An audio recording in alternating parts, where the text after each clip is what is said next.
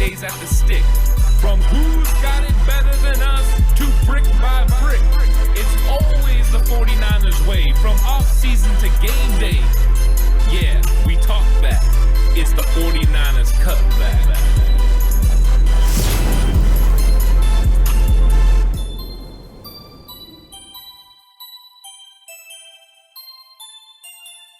It is 49ers Cutback podcast time. Welcome to the show. I have a special guest with me. It is David Bearman from Betting with Bearman. You can find that on the Believe Network. David, how is it going? Welcome to the show. It's going well. We got one preseason week in the books, a couple of more to go, and then the regular season is right around the corner, and it's futures time, which is why I'm here. Like you said, Betting with Bearman podcast. You can get on Believe, and happy to be here. Thanks for having me. Yeah, I'm excited. This is something that's kind of new to me, so I'm really excited to get into the numbers and talk everything about this. And, you know, it's really cool because the 49ers right now are a 10.5 win favorite. Like, they are favored in the NFC West, which is crazy when you think about what happened last year. And, of course, all these numbers are brought to you by FanDuel, where you can do all of your betting. Go check it out. They are a sponsor of 49ers Cutback and all of Believe's podcasts, so go check it out. But 10.5 wins, David, what do you think about that compared to the other teams in the NFC West who all got a lot better? And the Rams have just been dominating. Last year they were so good. This year they continue to add to it. What are you thinking about that? See, the Niners, to me, are the tricky one because roster-wise, with what they lost with Ward, Floyd, Greenlaw, Ayuk is injured, Debo is gone, I don't particularly like the Niners as a contender or as the favorite to win the NFC West. They're plus 155 to win the West. I've already bet the Rams at 2-1. I think they're the better team. They're the team that won the division last year. But the Niners have that last place schedule. And we say last place schedule, I know it's only a 3-game difference in terms of who they play versus who the Rams, Seattle, and Arizona play. It's only 3 games. The rest of the schedule is the same, minus home and away.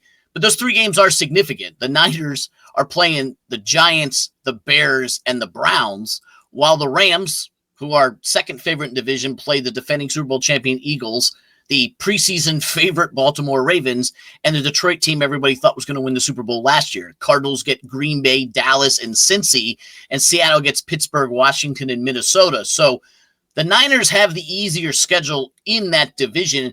10.5 is a tricky one, Ant, because if I give them 3 wins in the division, let's just say they go 3-3. Obviously, they can go 2-4, 1-5 like they did last year, or 5-1 like they did the year before. 3-3, I'm just cutting it an average because the division is tight. The 2 other divisions that they play, along with everybody else in the division, the NFC South and AFC South, arguably the 2 easiest divisions in football. And then I mentioned your other 3 games, getting the Giants, Chicago, and Cleveland. So there are 10 wins on that schedule. Are there 11? That's what you have to figure out when you're betting this total. As a team, I don't think they're an 11-win team, so I would lean towards the under.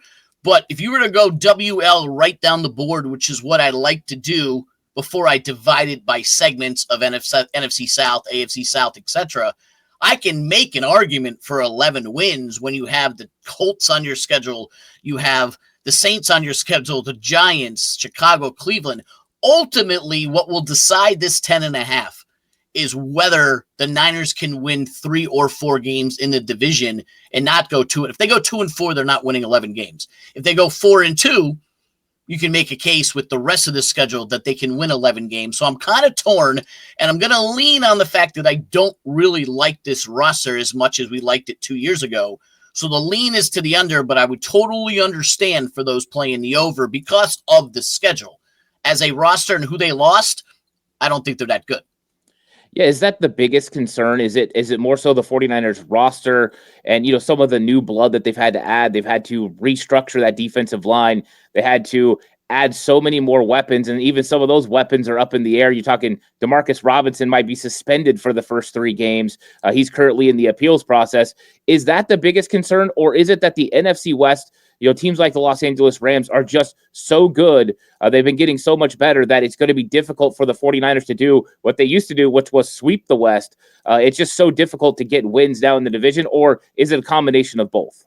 I think it's a combination of both, because if you start with the roster, this is a team where 4 or 5 years ago back in 2020, when they made the Super Bowl against the Chiefs, we were talking about how young the defense was and how this is going to be a dominant defense for years. Well, they're not young anymore. They've been reloaded and they've lost a lot of parts. And you said, there are some guys who are appealing suspension. Some guys have left the team. Some guys are injured.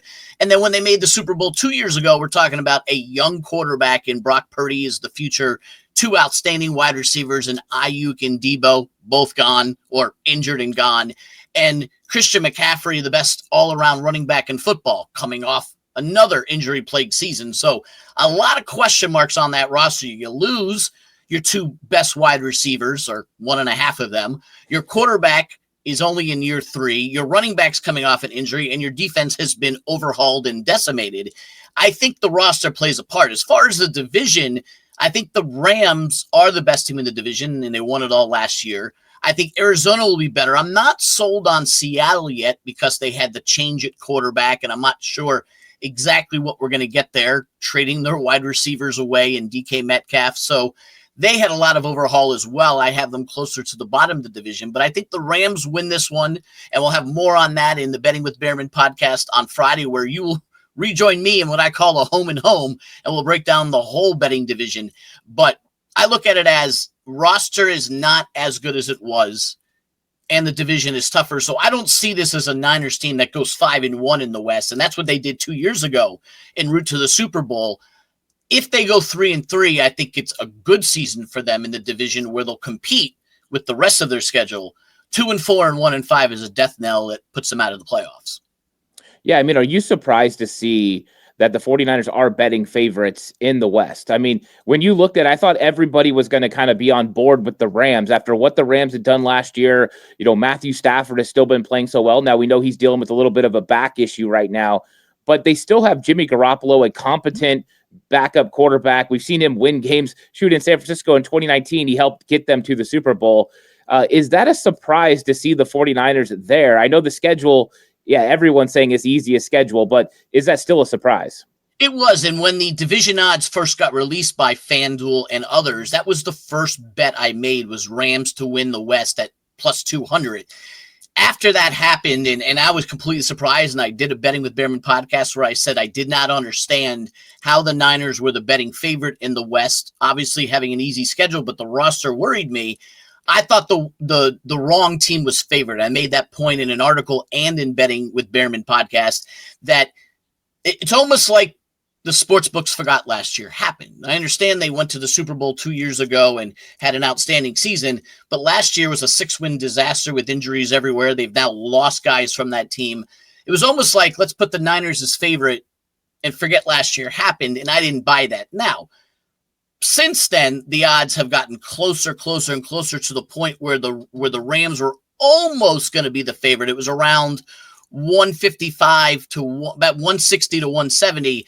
And then the Stafford news broke and it went back the other way, where we're sitting at plus 155 and 200, which is where it opened. So there was a market correction I felt before the Stafford injury where they were neck and neck, 170, 175, 180. And then the Stafford news pushed it right back. I'm not too concerned about the Stafford news.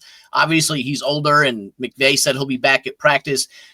I do think the wrong team is favored in this division. I get it. It's an easy schedule. And if you compare the two, you got Giants, Bears, and Browns versus Eagles, Ravens, and Lions. That's a massive difference.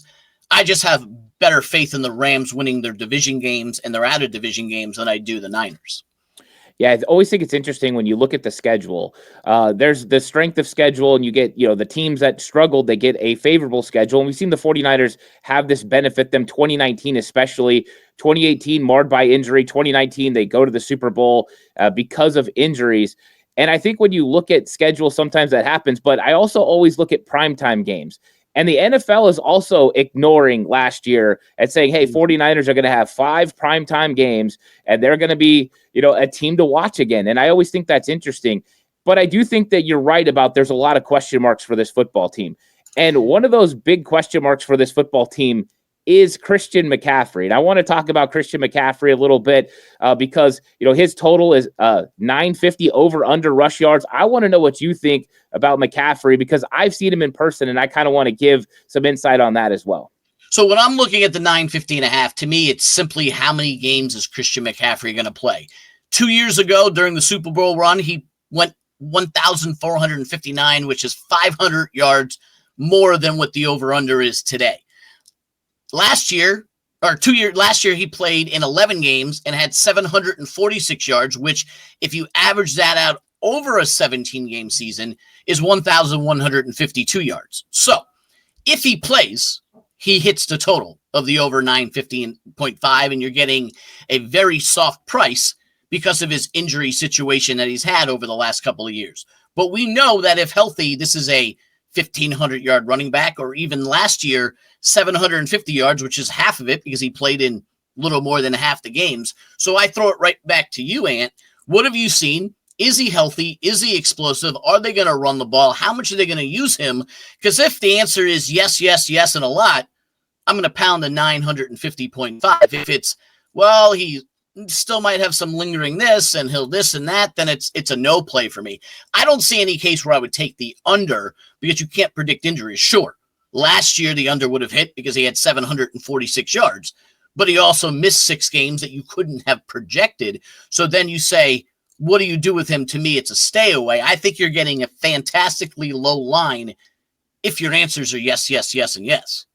Yeah, and that's the thing, going out and watching him at training camp, I wanted to see it for myself because there's been so many, mixed reports about what he was looking like, during OTAs or, not really getting a lot of work during minicamp. But I can tell you, Christian McCaffrey looks absolutely explosive, and he's doing all the things that you want McCaffrey to do. He's running extremely hard. His cuts, they look sharp. He looks springy. I mean, he looks like the 2023 version, and I was worried if we were going to see a market difference in his speed. Like, was that going to change his explosiveness? Because he's got to be able to have enough speed to get through that line and get that burst. And I think the answer to that is yes. Now, when it comes to some of the other questions, it's a little bit more difficult to predict because they are watching his reps at practice a ton. He's getting days off. They are using him sparingly. When he goes out there, he's working hard, but they are definitely making sure they're watching his total reps during training camp. And I think that there's probably going to be some carryover into the regular season. Now, the problem is Isaac Guerrero, he hurt his shoulder. He's going to miss the rest of the preseason. We'll see what happens. I think he'll be ready for the regular season. And I do think he's going to take some of McCaffrey's reps. Now, the whole question is going to be, can Bobby Turner and Kyle Shanahan refuse to put Christian McCaffrey in the game at times? Because McCaffrey's going to push every single snap to be in there, and sometimes the 49ers give in and let him go out there. If he even gets, 80% of those snaps that he used to get, I think he's going to be explosive and have a lot of plays. But I do think that they're going to monitor him, watch him, try to get some carries for some other guys, especially in, key situations where they can kind of give him a break. But I think in the red zone, he's going to be very impactful. I think they're going to want him out there. Their red zone offense struggled last year without Christian McCaffrey, from number 1 in 2023 to scoring touchdowns at over 68% to last year being one of the worst in the league, bottom 2 inside the red zone scoring touchdowns. The common denominator, Christian McCaffrey. So I think that there's a chance he's going to get carries there as well. But I do believe there's going to be a little bit less touches for him. But I think he's going to stay healthy all year because of it. So where exactly that fits in his total number, I think is going to be determined by how many snaps and how many reps he actually gets as far as touches. But I would argue that if they're going to give him the ball less to keep him healthy and plays all 17 games, and you're getting a steal here, because 1,000 yards is not a lot for a Christian McCaffrey to get if he plays all 17 games. Even if they only give him 17 to 18 carries instead of 24 and 25, he's 1,000-yard back if he plays all 17 games, bar none. I'd be beyond stunned if he played all 17 games and didn't hit 951 yards. We've seen it. He's doubled this the last time he played all 17 games, and his average so far with the Niners has approached in the neighborhood of 1,250 yards a season if you average it out per game. So I don't think this is a hard number to hit, and I think you're getting a steal if everything you see winds up happening. Obviously, you can't predict in-season injuries. You can only discuss what he may look like coming off a previous injury. And listen, we've had the same discussion numerous times with Tua Tagovailoa. If healthy, 17 games, he's going to crush his over and pass yards, and he'll be a top 10, top 15 quarterback. You can't predict which game he's going to get a concussion and if he misses 6 games. Same thing with Christian McCaffrey and anybody else who enters the season healthy. You just got to assume he's going to play 16, 17 games, throwing that last week out the window because of the fact that they may not play anybody if you're in that position. So that's why season player props are always tricky and tend to be lower than you think because you can't really predict what the injuries are going to be. Yeah, I think it is very difficult. And, I do think the 49ers are going to run the football more this year. I think we're going to go back to a little bit of the run the football, play action pass. They threw a lot more with Brock Purdy, last year. We'll see how that affects Christian McCaffrey's touches, but I think he's going to have an opportunity to carry the ball a lot. And I think I'm with you that if I was betting a player prop, I would go with this one as an over. I like to bet on Christian McCaffrey. There's nobody that has a mentality like him on the 49ers. I mean, this dude is all gas, no brakes, like Robert Saleh likes to say. He just loves going, and if somebody challenges him, he likes to overcome that challenge, and I like betting on people. So I would probably go with McCaffrey on this. So I'm in agreement with you on Christian McCaffrey. What are you seeing so far with Brock Purdy, whose over-under is 38.50, which basically is what he got last year? I believe he had 3,870 yards last year. So he didn't play the full season, missed a couple of games, but he did hit over the current posted number. And it's a little tricky because he almost played the whole season, and that number kind of corresponds with not playing the last week, missing a game here or there. So what are you saying out of Brock Purdy? And if you think they're going to run the ball more, is the under the play there? I think that Brock Purdy looks really good. I've seen him dropping it in the bucket, getting down the field. Him and Demarcus Robinson have really worked up a nice chemistry, but there has been guys missing. And this is the big question mark for Brock Purdy. We know he's going to have weapons. Christian McCaffrey, George Kittle, Jawan Jennings will be back. I know he's got the calf right now, but he had the calf last offseason as well, and he was able to come back. But that's going to be the question mark. Is the elevation of Ricky Pearsall going to happen and allow Brock Purdy to kind of hit these weapons? I think that they have to establish the run to kind of build play action off that. But I do think Brock Purdy can still have that number that you're looking for. I think it could be a little bit closer. I don't know if he'll go over 4,000 yards because I think that when you start getting the run game going, Kyle Shanahan likes to lean into it a lot. It shortens football games. It makes it easier on the defense, which they're going to try to make sure they take care of that defense and win the time of possession. But we've seen Jimmy Garoppolo come really close to 4,000 yards in that 2019, where they relied really heavily on the run game and played the play action off of that. So I think that's kind of the number I'm looking at. This might be one of those ones where I couldn't guarantee he goes over just because of the fact I think they're going to lean on that run game a lot this season.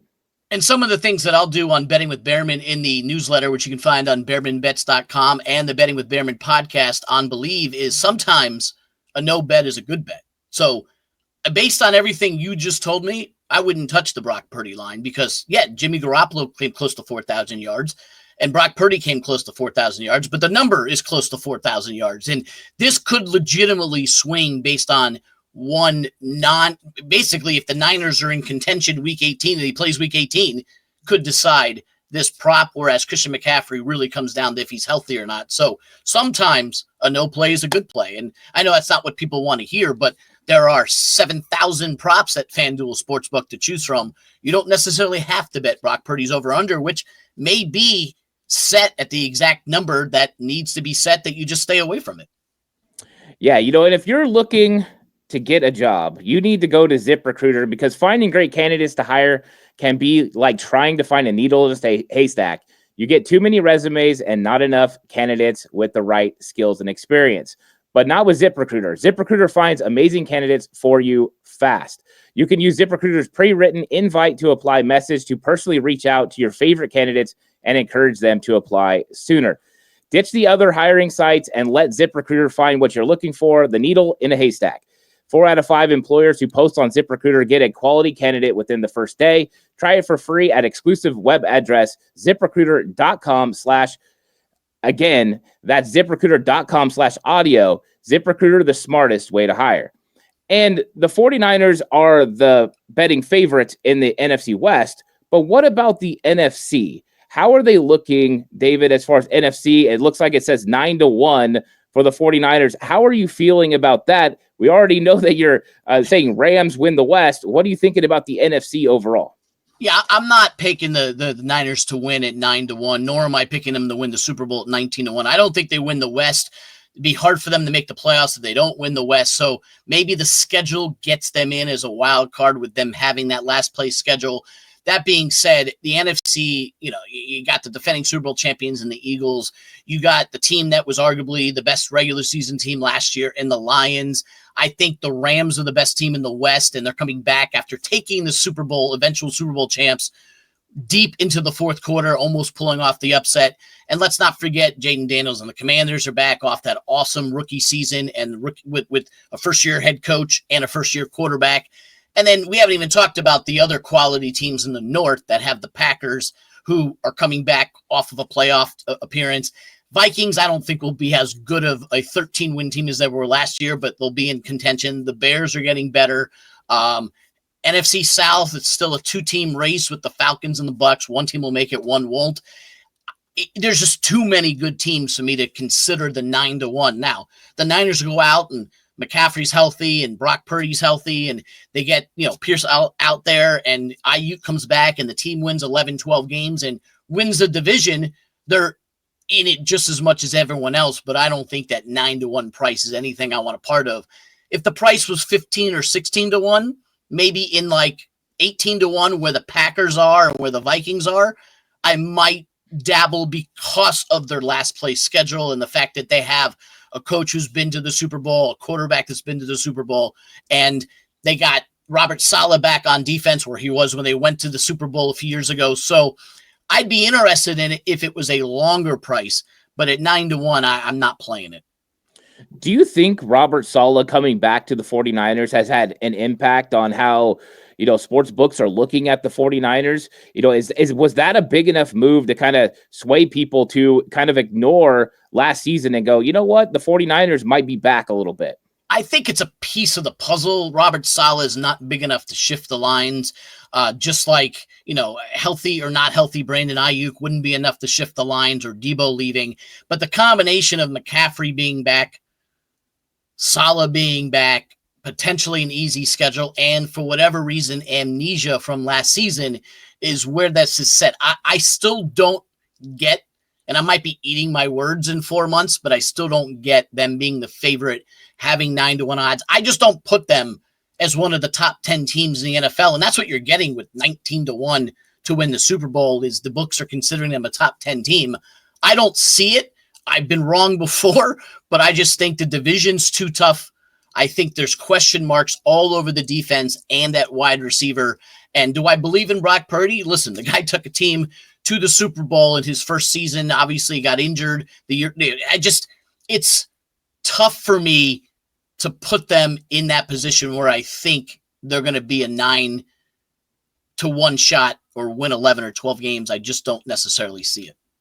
Yeah, I think there's a lot of variables that make it tough to kind of lean into that. You got all the question marks. I brought up the defensive line. You're asking young players, Alfred Collins and CJ West, to play a big pivotal role. You're asking Renardo Green in his second year to step up his game and take over for, I know Diablo Lewis take over for Charvarius Ward, but to step up into that number 2 corner role and really play well. Question marks at nickel. Can Upton Stout, a young rookie? 49ers invested a lot in the draft. It's kind of similar to what the Eagles did last year, and the Eagles hit everywhere when it came to the secondary. They've been hitting on the defensive line.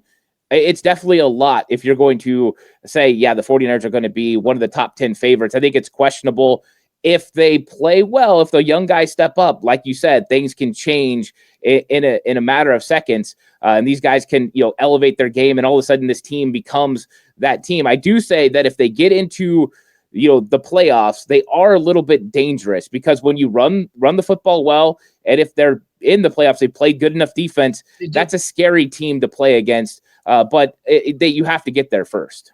And what I meant, by the way, with Purdy in first year is the full-time starter. Obviously, he had played his rookie season and got injured in the NFC Championship game and all that. But I think the books also see that the Niners went to back-to-back championships. The championship games, won, went to the Super Bowl and lost. They're a team that's been there before. I just think that this roster is tremendously different than what we saw 2 and 3 years ago when they made back-to-back NFC Championship appearances, losing to the Eagles and then winning the next year and then losing to the Chiefs. We've been over it before. They've lost tremendous amount of talent on defense. Debo's gone. Ayuk's going to miss at least 6 weeks. Is McCaffrey healthy enough and Purdy good enough to carry this team in a tough division and in a tough conference? I don't see it. But then again, I didn't see it 2 years ago either.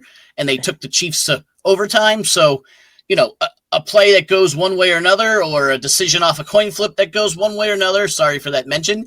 And maybe the Niners are coming off a Super Bowl, and last year is not a 6-win Niners team, and it's Super Bowl champs go back, and who knows what happens. That whole losing Super Bowl slump that we've talked about for many, many years. I don't think they're as good as people think they are.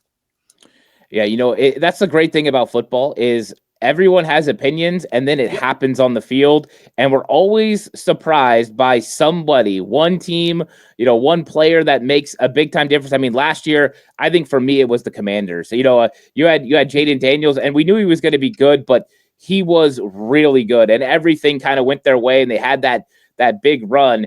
And so you just never know what's going to happen in the NFL. I think that's one of the greatest things, and that's why it's so fun to kind of get into the numbers and see how people are favored, because then when you get out there, things change real quick, and some of the teams that are favored are going to be at the bottom, and some of the teams that are at the bottom are going to end up being favored as the season goes on. Yeah, and I think the Niners would have been better off not being the favorite and being they had a terrible season last year, they're not going to be good again, and then surprise teams. Like, no one saw the Commanders coming last year. We think they were ahead of schedule with Quinn and Daniels being in their first year, and people are trying to compare it to the Bears. I think the Bears will be better, but I don't think with that division that they have a chance to make a run like the Commanders do. And I don't know who that team that's going to surprise is, whereas is there a team that is projected to do well that's not going to do well? And if I had to put my finger on one, if you're looking at the Bills and the Ravens and the Bengals and the Chiefs, and looking at last year's teams and looking at the odds to win, to me, it's either the Niners or the Texans as the projected division winners and contenders that might not get it done. I have more faith in the Texans in a crappy division, but I think the Niners are going to have trouble in that division because all those teams are at least 500 or better in my eyes. I'm excited for it. I'm excited to see what the 49ers can pull off this season. I know they got a tough division, and I want to see, is this team going to be able to recalibrate, as John Lynch said, really fast and kind of reload and get back to business? Or is it going to be, a second place finish or a third place finish? I think it's interesting to see if they can get in that wild card hunt and return to the playoffs. I think Kyle Shanahan needs that. I think this team overall after last year needs that, but it's going to be about Trent Williams. It's going to be about Christian McCaffrey, and those guys staying healthy and being able to contribute to this team if they're going to be able to win football games this season. So my overall projection for them is 9-8 season, which is 3 wins better than last year, potentially contending for a wild card, but keeping in mind that you had 3 really strong teams last year in the North who aren't going anywhere, and you got at least 2 strong teams in the East, and you got your own division to worry about behind your back. So I have them as a 9-win team just missing out on the playoffs. And listen, if McCaffrey's healthy and Ayuk comes back healthy, this could be a second half team you don't want to face. And if Salah can do something with this defense, hey, maybe they are an 11-win team that wins the division like the Rams did last year, gets a home playoff game, and then goes on the road to Philly and Detroit and see what happens. Yeah, that would be – that's what I'm hoping for. I'm hoping the 49ers, win 11 games, get into, the playoffs. I would love for them to be able to find a way to win the West. I think that it would be amazing to see them bounce back like that. And if they do it, I think it sets up nice for the playoffs. You never know what can happen in the playoffs. And the Super Bowl runs through Levi Stadium this year. Usually it's not easy to play the Super Bowl at home. You don't usually have that happen, but Tampa Bay did it. The Los Angeles Rams did it in 2021. You never know what happens when you get into the playoffs. So it's going to be interesting. I do think the 49ers get over 10 wins this season. I think that they're going to bounce back. I don't see them having 13 wins or anything crazy. I'm not going to be a homer and say, oh yeah, they're going to win every game. But I do think that 10, 11 wins, I think is within reach. And even though you were statistically, factually correct with saying just the Bucs and the Rams played home Super Bowls, as a very, very bitter Dolphins fan and a Marino idol, growing up, I'm going to say that the Niners hosted a Super Bowl, even though it was at Stanford Stadium in 1985 in January. It's still bitter in my young youth, so we'll call that a home Super Bowl just for me. I have been hearing these complaints because my uncle was a Dolphins fan and he complained about that Super Bowl and complained about the 49ers in general. So I am very in tune with what you're saying. That was a crazy thing, right? In Stanford, just down the road. What a game. Montana, Marino, you had Duper and Clayton. Oh, what don't worry. Teams. Don't worry, Marino's going to be back, they said. Marino will be back. And I was there the next year in 85 when they lost to the Patriots at home. I was at that game. As I might tell you my age because then you can do the math and figure it out. But I was a young child going to that game with my family, and Marino still waiting to get back to that Super Bowl. So, right, heartbreaking. But David, thank you for joining me for this episode. I really appreciate it. Let everyone know again where they can find you, so that way they can go check out everything that you do, and you do a great job. Thank you. The Betting with Bearman podcast on the Believe Network. We just dropped one on Tuesday morning, the AFC South preview, and we're going to be doing an NFC West preview with you, Ant, on Friday, probably drop on Saturday. You can follow me on Twitter X at David Bearman, just as it's spelled on the screen. You also sign up for the Betting with Bearman newsletter, which is bearmanbets.com. You can get all your betting content. It's out 3 days a week. It'll be 4 days a week during football season. Mondays are free. The rest are premium, but for only $99, you can sign up and get all of your betting content for the entire year right there at bearmanbets.com. And thank you again for having me. This was awesome. Of course. Make sure everyone go over, check out Betting for Bearman, like, subscribe, do all that stuff. Like and subscribe this channel. If you're listening to audio platform, it's 49ers Cutback on Believe Network. Please give it a 5-star rating if you feel that we deserve it. We really appreciate it. This episode was brought to you by FanDuel. So thanks for watching. We'll catch you guys on the next one. Until then, stay safe. Remember, the right way is always the 49ers way.